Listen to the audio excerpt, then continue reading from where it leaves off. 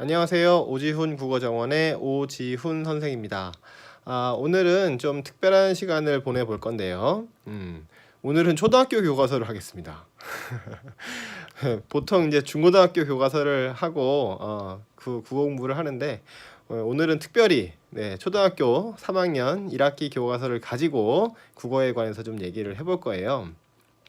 자, 왜 갑자기 초등학교 교과서를 들고 나왔느냐 하면 저희 큰애가 5학년이고 저희 작은애가 3학년인데, 자, 이번에 이제 3학년 올라가면서 이 국어 공부에 관해서 좀 알려드리고 싶었어요. 특히 이제 학생보다는 학부모님들한테 알려드리고 싶은 내용이 있어서 자, 이렇게 녹화를 하게 됐습니다. 국어 재미있는 과목인데 좀 어렵다고 여기는 분들도 있어요. 그리고 좀 종잡을 수 없다, 이렇게 생각하시는 분들도 있고, 좀 고리타분하다 뭐 이런 사람들도 있고요. 다양한 반응이 있습니다. 저는 어렸을 때 이 국어 과목이 제일 편해서 좋았는데 뭐 개인마다 차이가 있는 거죠. 자, 오늘 그래서 이제 이 국어 과목이 어떻게 생겼나 그거 하고, 그 다음에 이제 이 3학년 1학기 교과서에는 어떤 내용이 실려 있고, 이것이 이 이후에 초등학교 이후에 어떤 내용, 중고등학교에서 배우는 국어의 어떤 내용과 연결되는지 그런 것들을 좀 살펴보도록 하겠습니다. 자, 이 영상을 잘 보시면요, 보시고 집에서 이제 아이들 공부하는 걸 봐주시면 좀 더 좀 체계적으로 가르쳐 주실 수도 있고, 또 요새 우리 애들이 배우는 게 요게 이제 나중에 가면 이게 되는구나 해서 이제 이게 중요하구나, 이제 이렇게 중요도도 알 수 있으니까요. 여러분들 많은 시청 부탁드리겠습니다. 네. 잘 봐주세요. 자, 오늘은 이제 뭘로 할 거냐면, 짜잔, 동화전과로 할 거예요. 동화전과. 뭐 어머님들도 많이 어렸을 때 보셨던 전과죠. 특별히 뭐 동화전과가 더 좋다 나쁘다 뭐 이렇게 볼 수는 없고요. 그냥 저희 집에서는 동화전과를 쓰기 때문에 이 동화걸로 오늘 설명을 하도록 하겠습니다. 자, 그래서 뭐 보면은 이제 교과서 개념 이제 이렇게 돼 있죠, 그죠? 그래서 교과서에서 어떤 걸 배우느냐, 어떤 내용들을 이제 연습을 하느냐, 이제 뭐 이런 내용이 담겨 있어요. 이거는 이제 문제집은 아니고요, 전과입니다, 말 그대로. 자, 그러면 요 얘기를 하기 전에 한 가지 먼저 하고 들어가야 될 게 있어요. 자, 바로 국어 과목의 세부 과목들이 되겠습니다. 화법, 작문, 문법, 문학, 독서, 이렇게 돼 있는 거죠. 지금 이게 이제 수능 시험에서 그대로 반영을 해서 시험을 보고 있는 과목들이고, 고등학교 2학년, 3학년에서 심화 과정으로 배우고 있는 실제 과목 이름이에요. 그냥 뭐 제가 편한 대로 이렇게 이름을 붙여본 게 아니라 실제 교과서 이름이 되겠습니다. 자, 그러면 제일 먼저 봐야 될 게 뭐냐면요, 문법이에요. 문법. 자, 아시다시피 문법이라고 하는 것은 말의 또 글의 기본 법칙이죠. 자, 이 법칙입니다. 법칙이기 때문에 모든 그 국어 과목의 기초 중에 기초, 기초 중에 기초라고 볼 수가 있겠죠. 그래서 이제 뭐 의문이니 의문도 있고, 또 뭐 품사도 있고, 문장 성분도 있고, 여러 가지가 있어요. 등등등등. 그래서 이제 뭐 높임법도 배우고, 그다음에 뭐 그 부정 표현도 배우고요. 여러 가지 뭐 피동, 사동이니 뭐 여러분들 이제 많이 기억나실 텐데, 이제 요 기본 법칙을 배운다. 그래서 이 기본 법칙을 이용해서 여러 가지 다른 과목, 작문이랄지 뭐 문학이랄지 독서에서도 다 활용을 하게 되는 거죠. 그래서 이 가장 베이스가 되는 것이 바로 뭐다? 문법이다, 이렇게 볼 수가 있겠습니다. 자, 그 다음에 화법은 뭐냐면요, 말하기 방법이죠. 말하기 방법인데, 말을 하면 듣는 사람도 있잖아요. 그래서 말하기, 듣기 방법, 이게 되겠습니다. 수능에서는 이 시험 맨 앞쪽에 출제가 되고 있어요. 옛날에는 듣기 평가를 봤었어요. 어머니들이 그 고등학생 때나 재수생 때는 아마 이제 요거를 이제 듣기 평가로 보셨을 겁니다. 없어진 거는 몇 년 안 됐거든요. 그래서 이제 지금은 안 보는데, 옛날에는 이제 실제로 들려주고 이해했냐 뭐 이렇게 묻는 문제들이 있었죠. 뭐 1번부터 5번까지는 듣고 푸는 문제입니다. 이렇게 나왔던 거. 예, 그게 이제 지금은 화법으로 돼 있어서 글자로 읽고 그 다음에 이 화법 지식을 알고 있는가 그래서 간접 평가를 하게 되고 있어요. 자 이제 그렇고 그 다음에 이제 장문인데 장문은 뭐냐면 글쓰기죠. 그래서 주제에 걸맞게 이 사람이 글쓰기 계획을 세울 수 있는가 요거를 보겠다 이겁니다. 그래서 실제로 이 계획대로 글을 초고를 완성해서 그 초고를 검토를 해보는 그런 과정을 학생이 잘 알고 있는지 이제 그거를 보는 게 바로 이제 장문이죠. 그러니까 말하기 듣기 하고 그 다음에 글쓰기 하고 그래서 이제 화법 장문 이제 이렇게 일컬어요. 자 그 다음에 문학이랑 독서인데요. 자 문학은 뭐냐면 정서 표현이죠. 자신의 정서를 드러낼 수도 있고 또 남의 정서 표현한 것을 놓고 이게 어떤 정서를 표현하고 있는가 그런 것들을 추론해보는 그런 과정이 바로 문학이다 이렇게 볼 수가 있겠습니다. 원래 그 문학은 뭐 사람마다 느끼는 바가 다 다르잖아요. 그래서 실제로는 평가를 한다는 게 조금 그 어려울 수도 있는데 이 국어 지식을 바탕으로 해서 이 학생이 문학 감상을 할 수 있는가 그 할 수 있는가 능력을 보겠다 이런 얘기죠. 정해져 있는 답은 원래 없지만 교과서의 기준으로 보았을 때 교과서에서 가르쳐준 기준으로 보았을 때 지식으로 보았을 때 작품을 분석해 볼 수 있는가 정서를 알아낼 수 있는가 자 이게 바로 이제 문학 교과서의 주된 목표라고 할 수가 있겠습니다. 자 그 다음에 이제 독서인데 독서는 요새 문제가 좀 되고 있죠. 지난번에 수능이 막 되게 어려워가지고 문제 됐던 게 바로 이 독서인데요. 자 어머님들이 이해하기 쉽도록 말씀드리자면은 바로 설명문하고 논설문 자, 이 두 가지 글이 바로 독서의 주된 내용이 되겠습니다. 그러니까 독서라고 하면은 문학하고 비슷한 거 아니에요? 이렇게 생각하시는데 문학도 조금 있어요. 독서 교과서에 문학 읽기라고 해서. 근데 이제 그거보다는 설명문과 논설문이 압도적으로 더 많습니다. 자, 아시다시피 설명문은 지식 전달이죠. 지식이나 정보를 전달하는 글이 되겠고요. 논설문은 상대방을 이해시키고 설득하는 설득이라고 하는 것은 어떤 행동을 하게 만든다 이런 뜻입니다. 단순히 이해만 하는 거는 설명문이면 돼요. 근데 이제 논설문에서는 직접 행동하도록 만들고 있다는 것이죠. 자 이렇게 문법을 바탕으로 해서 화법, 장문 그리고 문학 그 다음에 독서로 이어지는 그런 그 국어 과목이 되겠습니다. 당연히 서로 간의 연관성이 많이 있고요. 문법만 잘한다고 해서 또 문학만 잘한다고 해서 나머지를 잘하는 것은 아니고 각각의 지식들을 잘 알고 있고 그거를 활용할 줄 알아야 그래야지 국어 과목에서 점수가 잘 나온다. 또 국어 기능을 잘 익힐 수 있다. 이렇게 볼 수가 있겠습니다. 자 그러면은 본격적으로 초등학교 3학년 1학기 교과서를 가지고 전과를 가지고 설명을 좀 드려보도록 할게요. 짠 잠시만요. 자 여기 보시면은 제가 복사를 했는데 자 이런 게 있어요.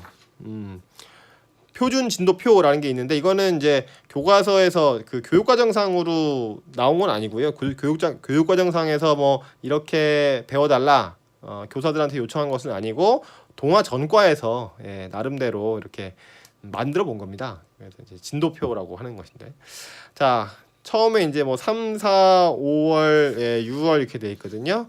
근데 뭐 월수는 중요한 게 아니라 자 첫 번째 단원이 뭔가를 좀 볼까요? 보시면 재미가 톡톡톡 이런 단원이에요. 요게 지금 1, 2주 이렇게 돼 있네요. 자 재미가 톡톡톡 이 단원에서는 뭘 배우나 봅시다. 느낌을 살려 사물을 표현하고 시에 나타난 감각적 표현 알기 이렇게 돼 있죠. 그렇죠? 자 느낌을 살려서 사물을 표현한다. 그러면은 이 느낌이라고 하는 것은 오감 아니겠습니까? 5가지 감각, 그렇죠? 시각, 미각, 청각, 후각, 촉각 이렇게 5가지가 있죠. 자, 이 5가지 촉감에 대한 구분을 할 수가 있냐 이거지, 그죠? 자, 그리고 그 시에 나타난 그런 감각적 표현을 찾아낼 수 있는가 이겁니다. 자, 이게 나중에는 이제 뭐가 되냐면 중학교 올라가면 내신 시험에서 감각적 표현, 뭐 형상화하기 이런 것들, 그 심상의 기능 이제 이런 걸로 이제 발전이 되고요. 고등학교에 올라가면 이 심상을 이용한 상징적 의미 파악 문제, 상징적 의미 파악 문제, 요것이 되게 되는 것이죠. 그러니까 초등학교 때 잘 익혀놓고 그런 감각들을 갖다가 알아낼 수 있는, 분석할 수 있는 재주가 있어야, 그래야지 고등학교 올라가서도 국어 공부 때문에 괴로운 일이 없다고 볼 수 있겠습니다. 자, 또 이야기에 나타난 감각적 표현을 알고 생각이나 느낌을 나누기 이렇게 돼 있죠. 자, 그러면 이야기라고 하는 것은 뭐냐면 소설이나 수필 이렇게 이제 줄글로 돼 있는 글들이 되겠습니다. 뭐 소설은 서사문학이라고도 하는데 지금은 뭐 별로 그게 중요한 건 아니고요. 어쨌든 이 이야기, 스토리에 나타난 그런 감각적 표현을 알고 생각이나 느낌을 나눠본다. 너는 어떻게 느꼈니? 자, 그러면은 바로 이게 나중에 되면 뭐 되냐면 함축적 의미 문제가 된단 말이죠.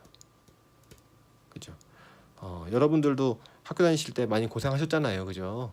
시의 의미 파악 문제 같은 게 나오는데 이제 그게 지금 아니 선생님 함축적이라는 건데요, 이게 막 여러 가지로 해석이 될 수 있다고 하는데 아니 이게 과연 정답인가요?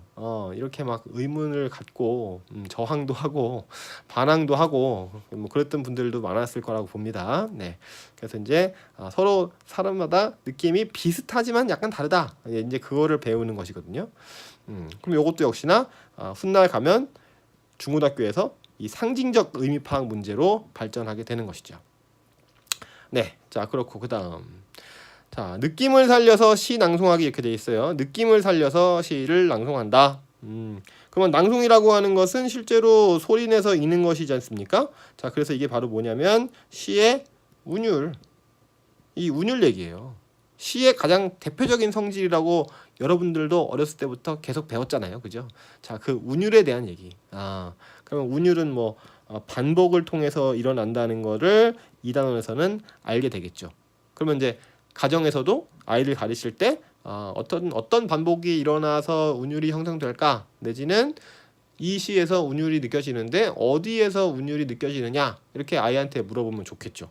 그러면 애가 찾아서 엄마 이거 같은데? 라고 해주면 맞다 아니다 이렇게 얘기도 해주고 정말 그렇네 이렇게 박수도 쳐주고 이러면 되겠습니다. 좋죠. 자, 그 다음에 문단의 짜임이란 게 있습니다. 자, 이번에는 뭐냐면 여기 보세요. 설명하는 글을 쓴 경험을 나눠본 데잖아, 그죠? 설명문이에요. 이게 나중에 독서가 된다니까요. 네, 그리고 그 어려운 독서 문제가 된다니까요. 나중에 이게 독해요, 되게. 그래서 중심 문장과 뒷받침 문장, 그렇죠? 어머님들도 많이 배우셨잖아요, 그죠? 중심 문장이 뭐냐, 뭐 핵심어가 뭐냐 이거 찾는 거. 자 그리고 그 뒷받침 문장이라는 게 뭐고, 이게 왜 뒷받침 문장이 되느냐, 이제 이런 것들이 이제 요 단원에서 배우게 되는 내용이 되는 거죠. 그러니까 우리가 초등학교 국어 3학년 국어라고 해서 이 우습게 알 게 아니에요. 이게 지금 고등학교에서 배우고 고등학생 학생들이 막 힘들어하는 그거를 그냥 똑같이 배우고 있는 겁니다, 방법을. 근데 다만 내용이 좀 쉽고 또 내용이 좀 분량이 좀 적고 이 차이밖에 없는 거예요. 똑같다고 보시면 됩니다. 그러니까 지금 막 오버해서 너무 막 애들을 괴롭히면서 공부시킬 필요는 없지만 부모님도 그렇고 아이들도 그렇고 국어에서 이런 걸 배우고 있다는 걸 좀 아실 필요가 있다는 거죠. 알고 배우는 거랑 모르고 배우는 거는 차이가 너무 크잖아요. 그러니까 이런 것들을 배우고 있고 그러면 우리 아들 우리 딸이 학교 가서 또는 집에서 책을 읽을 때 중심 내용을 파악할 수 있는지를 계속 같이 이야기해 보면서 이렇게 같이 이야기를 해보면서 글을 읽고 또 이야기해보면 되지 않겠습니까? 그죠? 독서라는 게 뭐 멀리 있는 게 아니에요. 겨우 이 정도밖에 안 되는 거예요. 야, 중심 내용이 뭔 것 같으냐? 그리고 이 글 쓴 사람이 왜 이런 얘기를 한 것 같으니? 여기서 이런 내용이 나오는데 이런 내용이 나온 이유는 뭐니? 이렇게 물어봐 주는 거. 그게 바로 독서예요. 절대 어려운 게 아닙니다. 자, 그다음. 자, 중심 문장과 뒷받침 문장을 파악하여 글 읽고 문단 쓰기. 그렇죠? 자, 문단이란 거 아시다시피 그 생각 덩어리잖아요. 그러니까 어쩔 때 생각 덩어리를 나누나 이제 그런 것들도 배우고.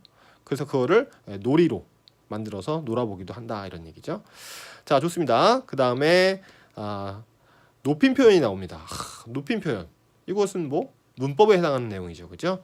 그래서 주체를 높이는 주체 높임법도 있고 뭐 상대 높임법도 있고 간접 높임도 있고 그리고 막 격식체, 비격식체 뭐 격식체는 하십시오체도 있고 하오체도 있고 헤라체도 있고 뭐 이렇게 많이 있잖아요. 다 기억나시잖아요. 옛날에 배웠던 거. 자, 이제 그런 것들을 배우는데 지금은 초등학교 수준이니까 주체 높임법 정도 그 정도를 이제 배우게 되는 것이죠. 근데 역시나 이것도 고등학교 3학년 수능 시험에도 그대로 출제가 됩니다. 네. 그러니까 당연히 지금 배우는 거 우습게 여기지 말고 꼼꼼하게 잘 배울 필요가 있다 이거죠. 자, 국어는 그래요. 국어는 뭐 선행 학습 같은 거를 안 합니다. 뭐 어렸을 때 학원 열심히 보내는 적도 없고요. 또 학원에서도 열심히 가르쳐주지도 않죠. 자, 그렇습니다. 왜 그러냐? 별로 필요 없다고 생각하는 것 같아요. 그러다가 이제 중고등학교 올라가서 조금씩 어려워지는데 그냥 괜찮겠지 해요. 우리나라 말이니까 괜찮을 거야. 이렇게 생각하고 있다가 이제 고등학교 때 올라와서 이제 막 내신 성적이 중요해지고 그러면 이제 막 큰일 난 거지, 그죠? 근데 그땐 진짜 큰일 난 거예요, 사실은. 자, 그러면 계속 한번 봅시다. 자, 이번에는 뭐냐면 높임 표현을 사용해서 역할 놀이하기라는 게 있어요. 높임 표현을 사용한다. 자, 근데 역시나 이제 계속 이어지는 건데 역할 놀이를 통해서 더 확실하게 익힐 수가 있겠죠. 아무래도 그렇죠. 네.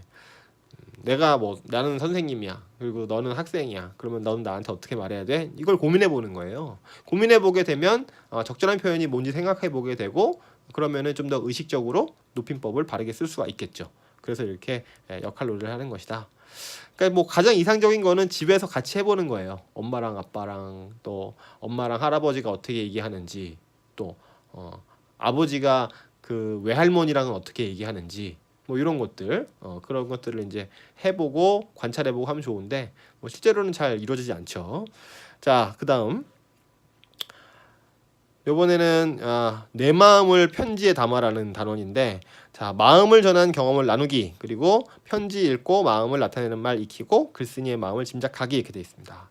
자, 아시다시피 편지라고 하는 것은 수필의 일종이에요. 수필은 자기 마음을 그대로 드러낸 글이라고 옛날에 배웠던 거가 기억나실 겁니다. 네, 다 알고 있어요. 다 기억하고 있다는 것을. 자, 그렇게 되니까 어때요? 소설처럼 막 가짜로 지어내는 거 아니고 시처럼 복잡하게 쓰는 거 아니잖아요. 그죠? 그래서 있는 그대로 드러내고 그걸 읽으면서 이 사람은 이런 마음이겠구나 라는 것을 알아낸다. 이런 능력을 길러본다. 이게 바로 이제 이 단원의 주요 내용이 되겠죠. 집에서는 아마 이제 엄마가 아이한테 메모를 남기거나 편지를 쓰거나 또 문자 메시지를 좀 길게 보내든가 뭐 이런 걸 통해서 아마 연습을 할 수 있을 거라고 봅니다. 자, 그다음 계속 이어지죠. 자, 마음이 잘 드러나는 편지 쓰는 방법을 익히기. 자, 편지는 형식이 있으니까요. 그 편지 형식을 익혀보자. 이거죠. 그래서 뭐 처음에는 뭐 인사 그리고 그 밑에는 계절 인사, 더운데 잘 지내니? 뭐 이렇게 계절 인사가 나오고 그 다음에 이제 다름이 아니라 하면서 이제 본문이 쭉 나오고 끝에 가서는 인사도 하고 날짜도 쓰고 서명도 하고 그거 다 기억나시죠? 네, 그런 것들을 한다. 자, 그래서 이제 편지 쓰기 단원이고요. 편지 쓰기 단원은 초등학교밖에 안 나와요. 고등학교나 중학교에서는 안 나오고요. 수능에서도 당연히 안 나옵니다. 자, 그 다음에 중요한 내용을 적어요 이렇게 돼 있죠, 그죠? 자, 이것도 역시 이제 뭐냐면 메모하기 인데 사실 메모 자체가 중요한 게 아니라 내용을 간추리는 거, 요약하기잖아요. 이거는 이제 고등학교에서 독서랑 관련이 깊습니다. 그 수능 시험에 뭐라고 나오냐면 위 내용을 바탕으로 해서 보기를 분석한 것으로 가장 적절한 것은 또는 적절하지 않은 것은 이런 문제가 출제가 되거든요. 그게 바로 이제 이거예요. 간추리면서 듣고 읽기 뭐 이런 것들이 되겠습니다. 자, 근데 여기서는 이제 듣고라고 했으니까 화법하고도 관련이 있겠죠. 상대방이 무슨 말을 하는지, 무엇을 요구하는지 등등 이런 것들을 알아차릴 수 있는가, 이게 바로 이 단원의 핵심이 되겠고, 나중에 중고등학교 올라가서도 그대로 이어진다 이렇게 보시면 되겠습니다. 자, 그 다음에 자, 이번에는 5단원이 계속 이어지는데요. 이번에는 뭐 글을 읽고 내용을 요약하기, 그다음에 두껍지 않은 책을 읽고 간추려서 소개해보기 이렇게 되겠습니다. 자, 그 다음에 6단원 일이 일어난 때가 까닥 이렇게 돼 있죠, 그죠? 자, 이거 되게 중요해요. 별표. 안 중요한 거 없지만 특히 이거는 아주 중요합니다. 자, 왜냐면요, 원인과 결과이기 때문에 그래요. 원인과 결과. 자, 원인과 결과가 왜 중요하냐? 원인이 있고 결과가 있는데 그게 단순히 그냥 이렇게 그래 이게 원인이고 이게 결과네 이렇게 그냥 두면 별것도 아니거든요. 어렵지도 않고 아무것도 아니에요. 그냥 이게 이유 이게 결과 이건데, 실제로 이제 그 수능 시험이나 학교 시험에서는 이 원인과 결과 간의 관계를 물어봅니다. 관계. 어떤 그 원인이 A라고 그러면 그 A의 어떤 요소가 어떤 결과를 낳게 됐는가, 이 과정이나 이 관계를 들여다보자는 거죠. 이제 그렇게 문제를 내고 또 중간에 논리적 비약을 둬서 추론하게 만들어 보고 이런 문제를 출제를 한단 말이에요. 자, 그래서 우리 어렸을 때부터 어떤 문장이든지 어떤 글이든지 그 원인과 결과가 무엇이냐, 인과관계가 어떻게 되느냐, 이거를 잘 따지고 들어가야 된다 이런 얘기죠. 이게 바로 논술의 기본이 되는 겁니다. 네. 논술의 기본, 그죠? 원인과 결과. 뭐 아시다시피 논술문이라고 하는 게 아주 논리적인 글 아니겠어요? 근데 논리적이라고 하는 것은 대단히 어려운 그런 개념이 아니고, 명확한 원인, 그리고 그 명확한 원인에 따른 명확한 결과, 이게 바로 가장 논리적인 글 아니겠어요? 그러니까 어렸을 때부터 이렇게 원인과 결과를 잘 따져보는 연습, 이런 것들을 생활 속에서 틈틈이 해보면 그 아이의 말이나 글이 아주 좋아질 수밖에 없는 거죠. 괜히 돈 들여서 비싼 거 할 필요가 전혀 없습니다. 네. 교과서에 나와 있는 거, 또 생활에서 하는 거, 얘가 좋아하는 분야의 어떤 것들, 이런 것들을 다 원인 결과로 분석해 보게 하거나 같이 얘기해 보거나, 그러면 그게 바로 국어공부가 되는 거예요. 그거 안 하니까 문제가 되는 거죠. 네. 자, 그 다음에 계속해서 이제 이어지죠. 원인과 결과를 생각하며 이야기를 꾸미기. 그러니까 이제 스스로 어때? 자기가 이야기도 한번 만들어 보는 거죠. 그렇게 되면 또 어떻게 해서 원인이 되고, 어떤 것이 원인이 되고, 그에 따라서 무엇이 결과가 되고, 이런 것도 자기가 직접 해보니까 그 원인과 이해에 대한 개념을 더 잘 익힐 수 있게 되는 거죠. 자, 그 다음 7단원이 반갑다 국어사전 이런 말이. 요새는 진짜 사전을 실제로 쓰는 사람 별로 없잖아요, 그죠? 사전 잘 안 쓰고, 종이 사전 잘 안 쓰고, 거의 다 이제 네이버에 쳐봐, 다음에 쳐봐, 구글에 쳐봐, 이제 이렇게 해서 그 포털 사이트에 있는 사전을 찾죠, 그죠? 네.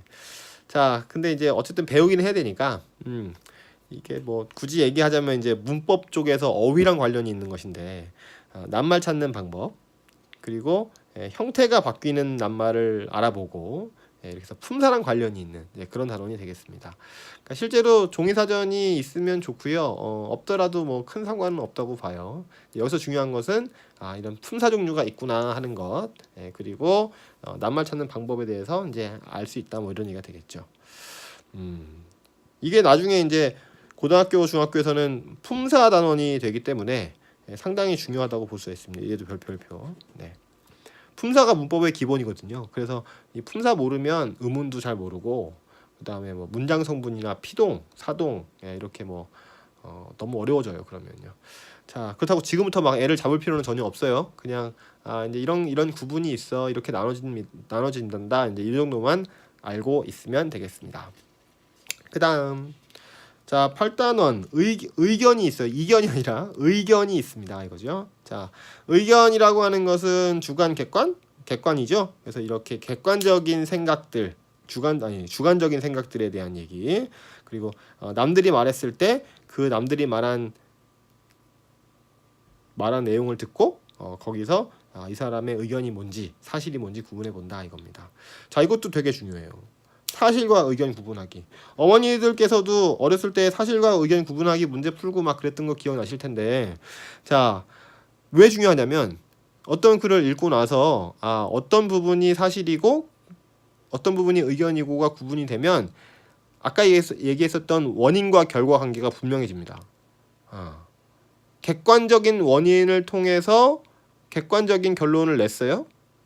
그 결론을 가지고 원인이 이렇고 결론이 이러니까 이렇게 이 사건은 이렇게 돼야 되지 않겠습니까? 라고 주장이 나올 수 있단 말이죠. 자, 그렇게 원인과 결과 그리고 주장을 딱 구분해낼 수 있으면 보다 글을 잘 읽을 수 있고 자기 표현을 더 확실하게 할 수가 있다 이런 얘기죠. 그래서 이렇게 의견과 사실을 구분하는 단원이 매우 중요한 단원이 됩니다. 네, 꼭 잘 가르쳐 주셔야 돼요. 자, 그 다음에 뭐 이렇게 제가 이렇게 얘기했다고 해서 뭐 제가 잘 가르치는 건 아닙니다. 저희 애도 뭐 많이 부족한 아이이기 때문에 그렇게 뭐 잘하는 편은 아니니까요. 자, 그 다음에 9단원. 자, 어떤 내용일까? 네, 이건데요. 앞에서 계속 이어지죠. 낱말의 뜻을 짐작했던 경험을 나누고 짐작하는 방법 알기. 이것도 역시 품사랑 연결되는 거죠. 예를 들어서 동사는 아시다시피 움직임에 관한 품사죠. 그죠? 그러니까 저 사람이 무슨 말을 했는데 움직임에 관한 얘기를 했어.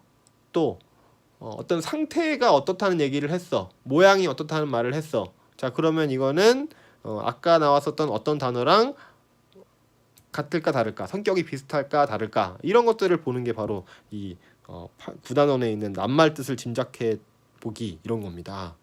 자, 이것도 역시 품사랑 관련되기 때문에 중요한 단원이라고 할 수 있겠고요. 그 다음에 자, 계속 이어지는 9단원. 생략된 내용을 짐작하며 글 읽고 안내문 읽기 이런 게 있죠. 자, 생략된 내용을 짐작한다. 그러면 이것도 역시 이건 뭐냐면 얘도 중요한데, 자, 얘는 추론이라고 해요. 추론. 우리가 어렸을 때는 잘 못 배웠어요. 추론에 대해서. 지금도 사실은 잘 안 가르쳐 주는데, 자, 추론은 뭐랑 같은 거냐면 추리랑 같거든요.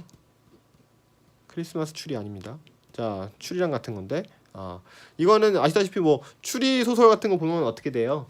살인 사건이 났고 살인 사건 현장에 떨어져 있던 머리카락이나 뭐 묻어 있는 지문이나 뭐 혈흔이나 발자국이나 이런 거를 통해서 그럼 제가 범인이구나 이렇게 추측하잖아요. 그 추측하는 방법을 배우는 거예요.